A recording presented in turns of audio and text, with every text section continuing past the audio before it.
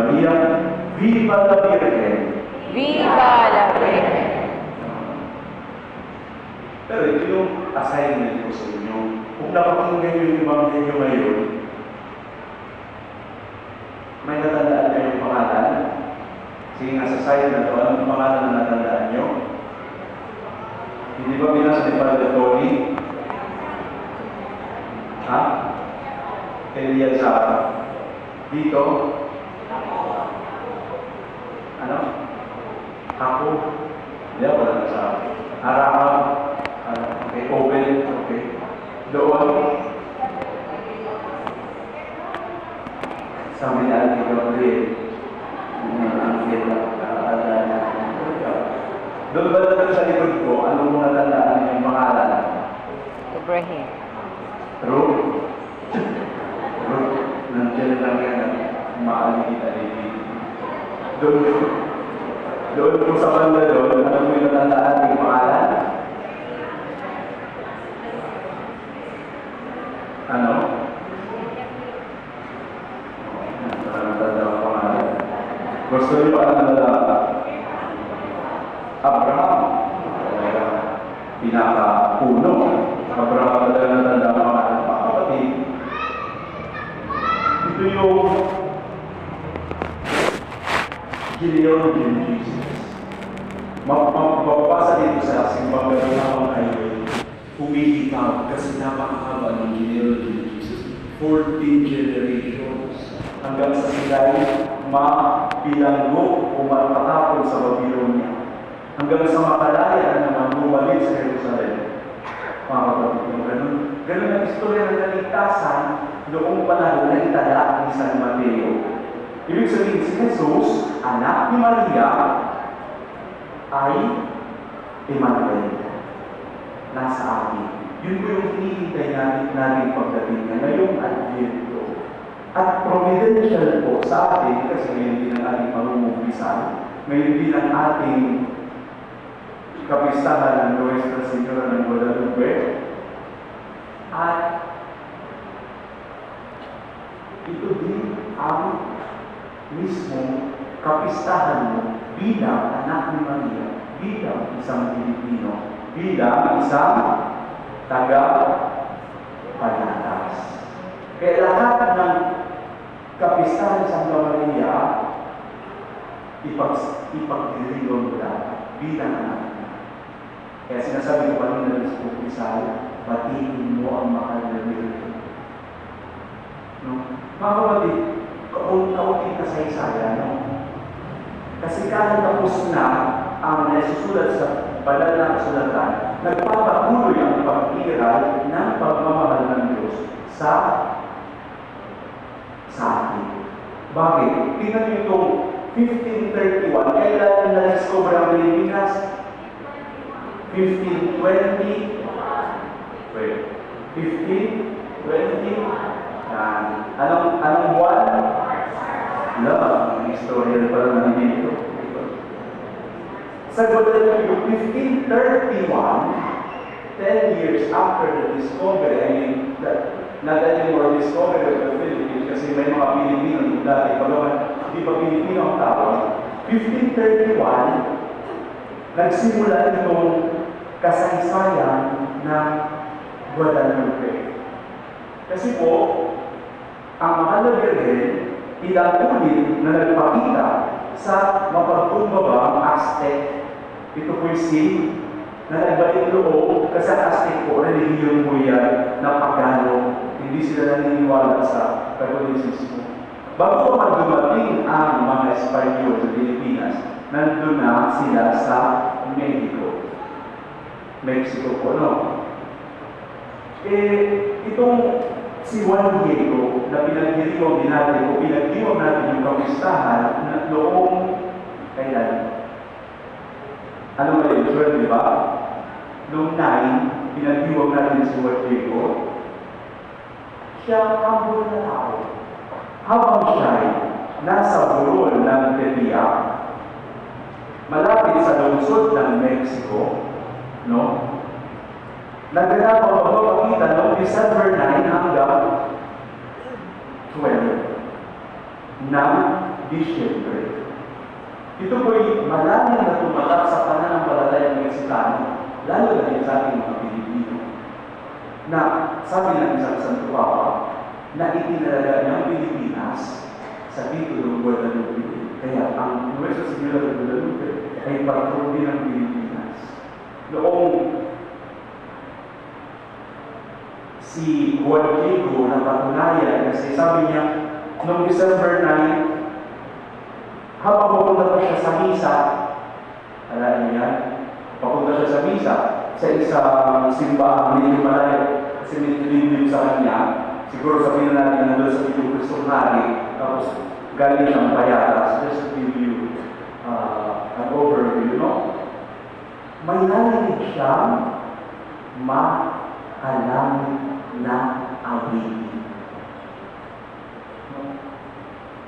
Ibig sabihin, ito'y pahiwatig ng pagpapakita ng isang, base ito sa report ni Juan Diego, pagpapakita ng isang ginang na hindi mapatayan ang kagandahan. Nagpakita ang mahal na Birhen na nababalot ng gintong liwanag, sabi ni Juan Diego, at nangusap sa kanyang sariling wika, na, alam mo, hinihilig. Kasi kapag nagpapakita ng mahal na Birhen, may hinihilig. Kumbaga pa rin gusto siyang i-address ng issue. Kasi diba, nagkaroon ng Protestantismo. Ibig sabihin, napakaraming Katoliko ang tumalikod sa simbahan dahil kay Martin Luther. Sa Germany, sa Europe, lahat. Bakit nagpakita ang mahal na Birhen sa Mexico? Bakit nga ba? Hindi na mahalaga yun, mga kapatid. Kasi ang mensahe naman ng mahal na Birhen ay universal. Na ang ibig sabihin, humiling sa harap, sabi ng mahal na Birhen kay Juan Diego, na humiling sa harap ng obispo, umarap sa obispo siya, ng Mexico, na magpatayo ng isang sanctuary sa lugar na iyon. No? Akalain ko pagkatapos nito, nung napatunayan ang aparisyon ng Guadalupe, maraming nagbalik loob sa pananampalataya. Maraming nalaman pa yung mga Protestante. Dumoble, tumipli pa yung bilang ng mga naging Katoliko. Kahit yung mga hindi na nanampalataya dati, kasi may tandang binigay sa atin ang tilma. Yun po ang hikaya na sabi ng obispo kay Juan Diego, paano mapapatunayan mo na hindi ka lang nagbibiro o baka man chismis lang yan, na meron nagpakita sa iyo hinang. Ang Diablo din, hindi magpakita. No? Na mag-alam mga Mary na hindi naman pala. Pero ang ginawa ko, mga kapatid, sabi ni Juan Diego, kasi parang kaya naman bumalik doon mismo sa Tepian. Kasi mahirap. Siyempre, obispo ko, kumbinsihin mo, sige na. Ordinary mga mamayan ka, convert ka na naman from paganism to Christianity. Yung hirap kay Juan Diego, pero sa kanyang pakumbaba, sa kanyang mismong pagpinta kasi sa mga nalilan, sabi niya, humihingi ko sa akin ng patunay ang obispo kung ano ang patunay na ikaw ay nagpakita sa akin na gusto mong pang magpatayo ng simbahan, na marami ka pang hinihiling. Diba? Ang sabi ni na mahal na Birhen, bumalik ka dito, December 12. Pero po, hindi na po ako makakabalik kasi po, yaong aking tiyuin na siya nag-aalala ay may malubhang karamdaman. Kaya ang ginawa ni Juan Diego, December 12 na, lumihis siya ng daan. Pero wala siyang gagawin, di ba? Pupunta pa rin sa Tepian. Pero nilihis na siya dun sa lugar kung saan siya pinapakitaan ng mga Birhen. No? Sabi nagpakita ulit sa kanyang mga Birhen kay Juan Diego. Sabi niya, huwag mong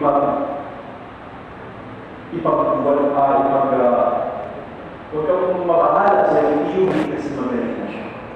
Yung tiyuhin pala ay binisita din ng mahal na Diyo. Pinagaling siya mismo sa punto yun. Ang ginawa sa kanya, ng mahal na Diyo, kay Juan Diego, kumuha ka ng isa. Yung, alam niyo yung filma kasi, alam niyo ni Father Tony kasi na-assign siya sa Mexico. Yung parang costume nila, pang-protection, parang balawal, pero pinuputong dito, at saan pwedeng tali, basta sa katawan mo lang. Parating, at saka ang fiber nun ay hindi gaano matibay. Kasi siyempre mahirap na naman, hindi nakakabili ng gano'n. Sabi ang mga nabili, punuin mo ng rosas.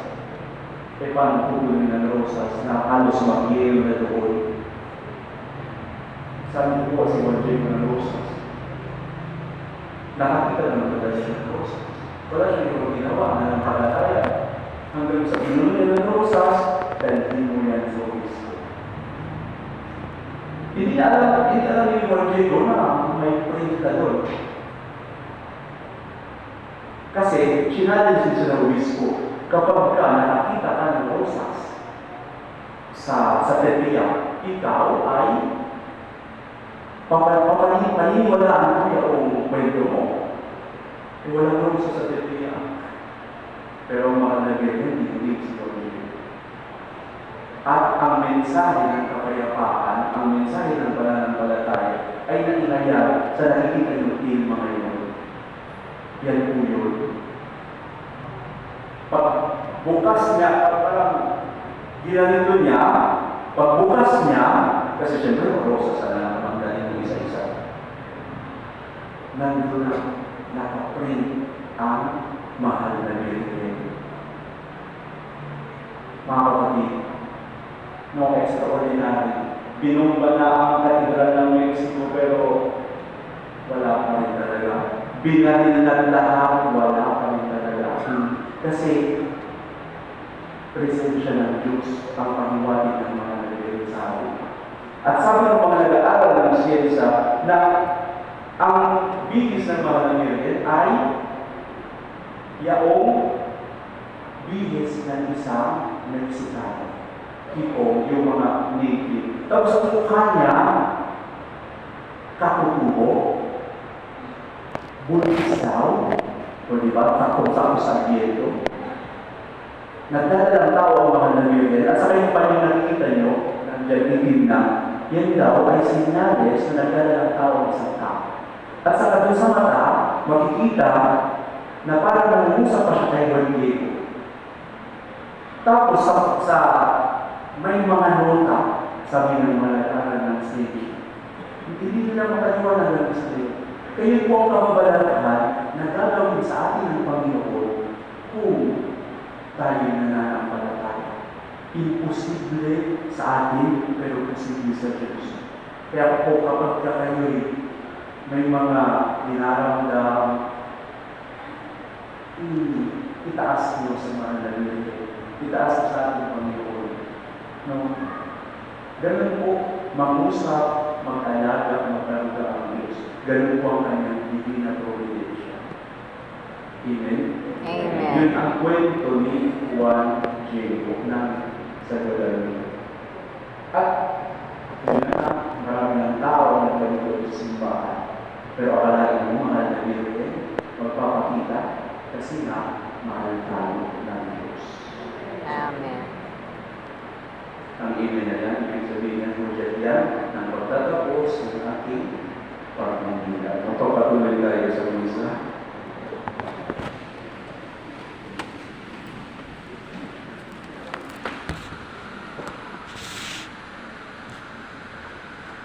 May pananampalatayang ilapit natin ang ating kahilingan sa Amang nagdanais na ang lahat ng tao ay magpaunlak sa kanyang kaanyaya sa piling ng buhay na walang hanggan sa langit. Ang ating tutugol, Panginoon, ilapit mo kami sa iyo. Panginoon, ilapit mo kami sa